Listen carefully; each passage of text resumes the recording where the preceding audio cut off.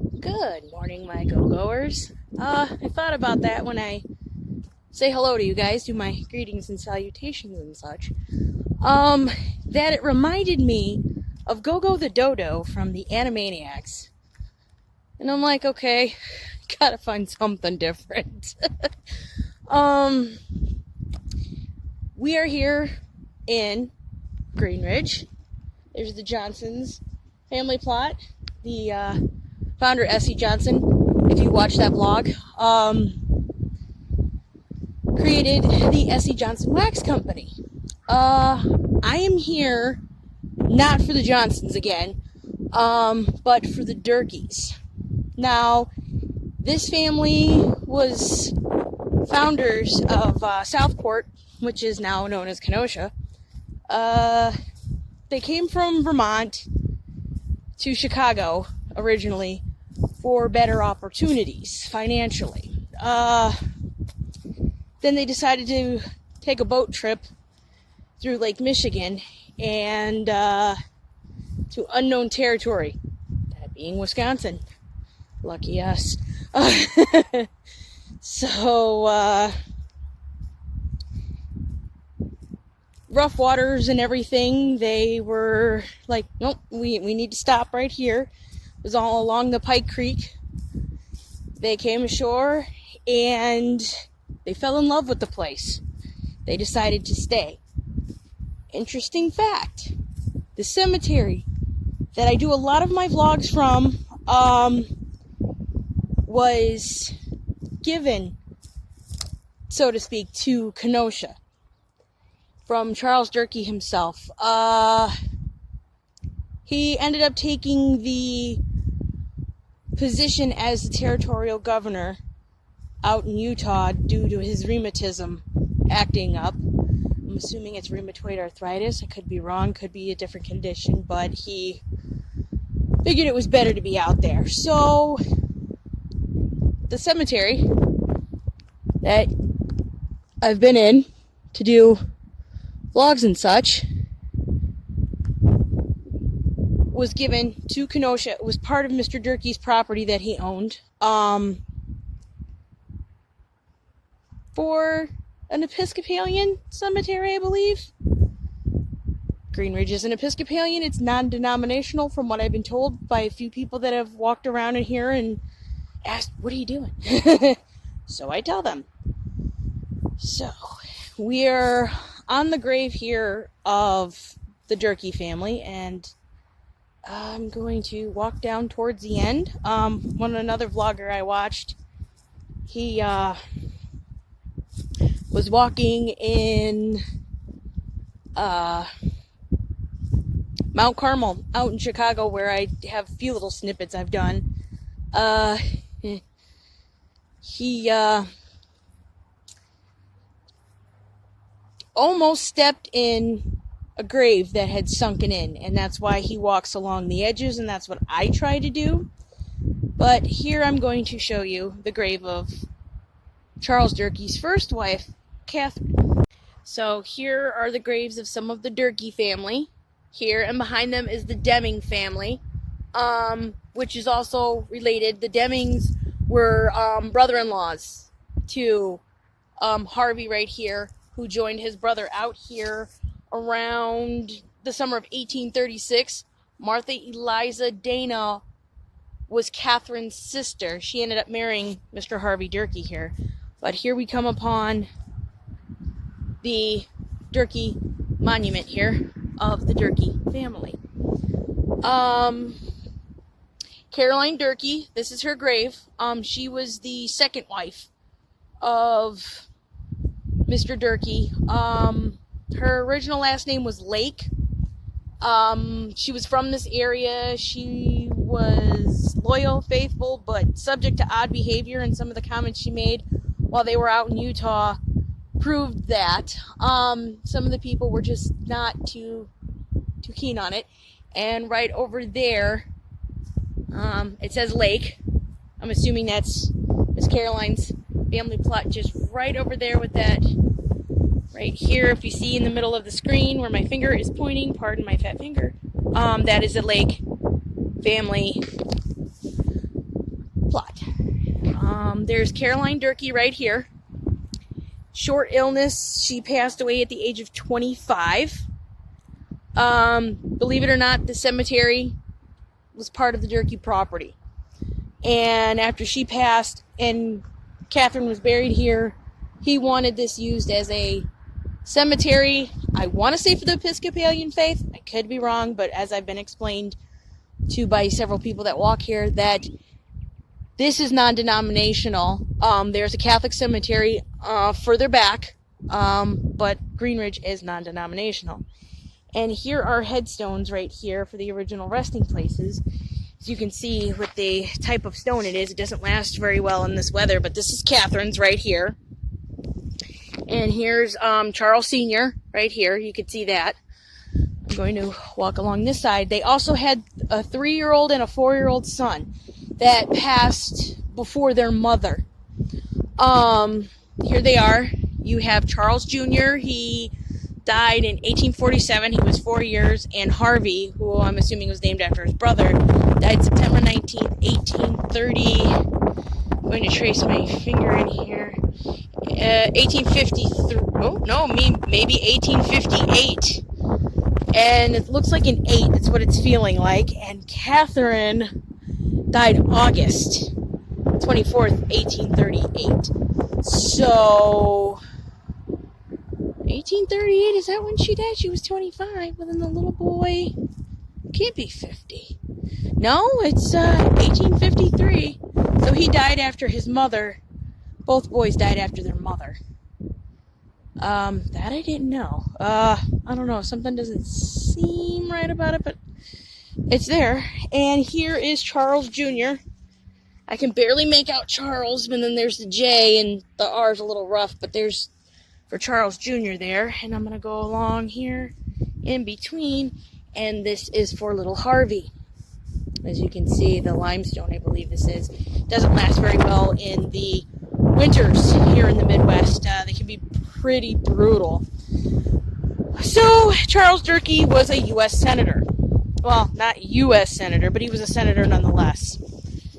So, he was around when the whole Civil War was going on. Okay. It wasn't Episcopalian, it was Protestant cemetery. Yikes. Knew it was one of them. I do apologize. Protestants and Episcopalians are completely different. Forgive my religious faux pas. It was for a Protestant cemetery, not Episcopalian. Whoops. Those are two different religions. I should know better than that. Thank goodness my grandmother's not here, or man, would I hear it. So, Mr. Durkee was a senator. He was around for the whole Lincoln, I don't want to say the whole Lincoln administration, but for a good majority of it. After that quote that I read you, to me, when I first read it, I was shocked. During my research, I literally had to stop and take several breaths, because to me, it was like he was predicting a civil war. He just didn't say as much, but to me, he said enough for the logical individual with the times that were going on from them. It wasn't hard to figure out, but it shocked me. And it still does. When you're on the inside and you also live on the outside and you see what's going on around you, you don't turn a blind eye. Now that is amazing to me. Some politicians just don't see it until it smacks them in the face.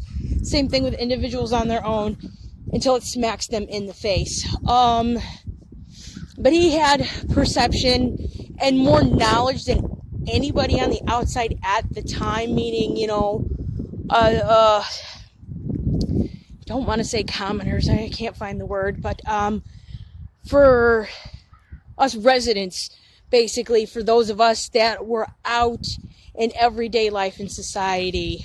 Maybe some knew then, some knew now, but reading that, for him to have that, it is just, to me, profoundly in depth, and a man that had his pulse on things.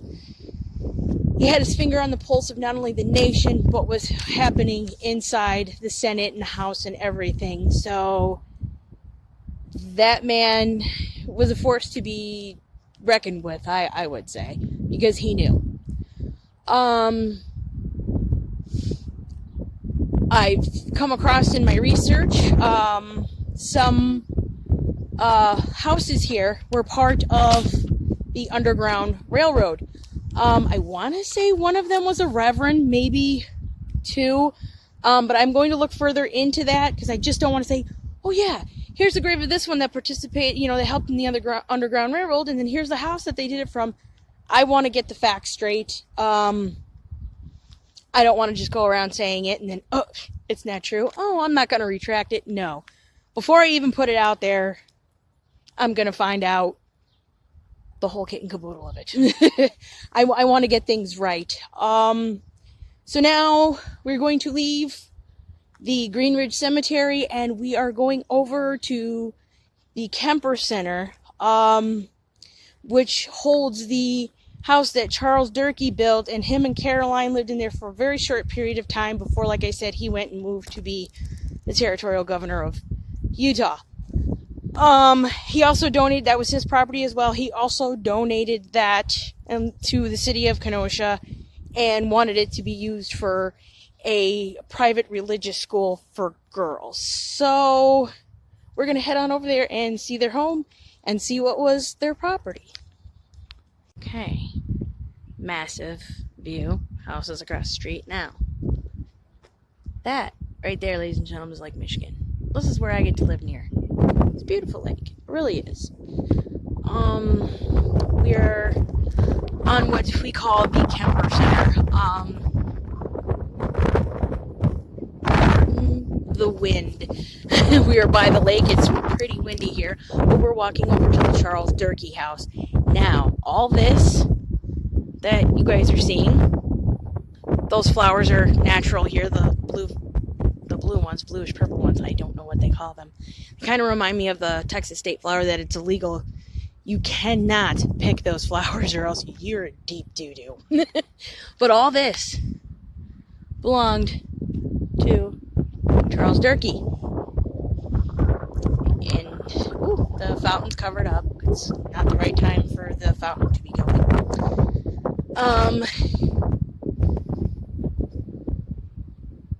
Memorial brick walk they have over there, but this is the Durkee home right here. It was constructed in 1862. He was appointed the territorial governor of Utah. He donated the home that we see right here and all this land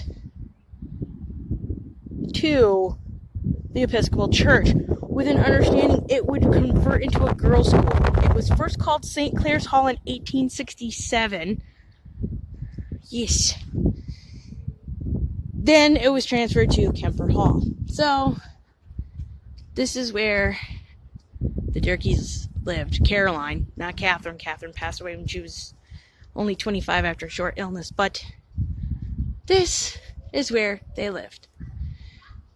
They did give tours, but the whole COVID thing just totally squashed it. Now, I've been over here before, just walking through and everything. There's this little church over here. Me and my kids kind of got spooked one day. We saw a lady waiting outside and we're like, what? And my kids go, Mom? Yes. Do you see that? Yes. She saw us looking and she turned and waved at us and we waved back.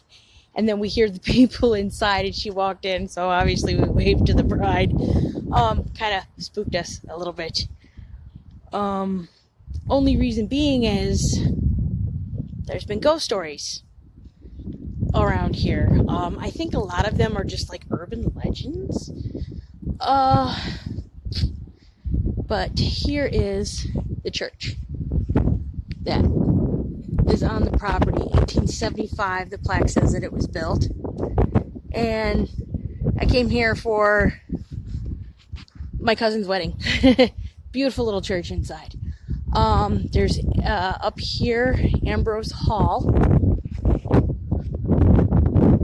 I'm assuming that's where the priests lived or whatever, or it was part of the school. So, St. Mary's Chapel's the one I just showed you before I switched and showed you Ambrose Hall. Let's see if they have a plaque and see when it says that they donated it. Okay, I got a lady looking at me funny and I'm trying to be nice. Let's see. 1911. There it is. The plaque says so. 1911. St. Mary's Covenant. So, nuns used to live here as well. Some came from retreats.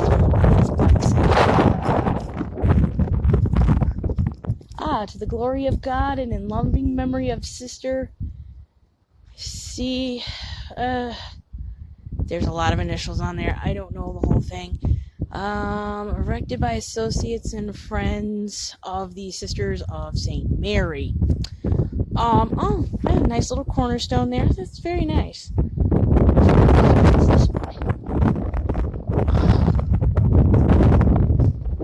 I believe some of these bushes that have the plaques, they're named after people or donated or some such. I tried to get over here. Over in Kemper Hall, they would host a haunted house. And I would try to get over here to said haunted house, but I would never make it. So, and then with COVID happening, it just kind of got squashed. But the legend, if you will, I really don't believe it's haunted.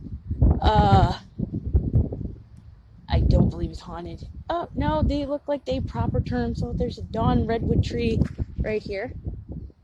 Very nice.